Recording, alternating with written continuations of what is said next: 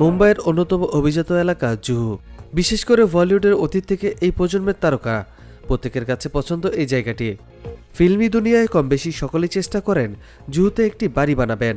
মুসলিম হওয়ায় পছন্দের শহরে বাড়ি কিনতে পারেনি শর্মিলী ঠাকুর মনসুর আলী পদ্ধতির বড় ছেলে বলিউড তারকা সাইফ আলী খান। মুম্বাইয়ের অভিজাত এলাকা জুহুতে এই তিক্ত অভিজ্ঞতার সম্মুখীন হয়েছিলেন তিনি ভিন্ন সম্প্রদায়ের বলে জুহুতে বাড়ি পাননি। অভিনেতা নিজের মুখে এই কথা বলেন। সম্প্রতি নিজের উপর হামলার পর 6 দিন হাসপাতালে কাটিয়ে বাড়ি ফিরেছেন সাইফ। আরও বেশি করা হয়েছে তার নিরাপত্তা।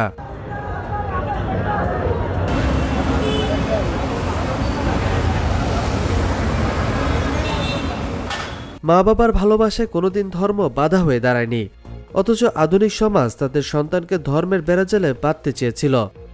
গত মঙ্গলবার আনন্দবাজার পত্রিকা পুরো একটি ভিডিও সূত্রে এ তথ্য নিশ্চিত করেছে। পুরনো ওই সাক্ষাৎকারে সাইফ নিজেই এই কথা স্পষ্ট করে বলেছেন। অভিনেতাকে প্রশ্ন করা হয়েছিল বিদেশে কখনো তিনি ধর্মান্তরতার শিকার হয়েছিলেন কিনা।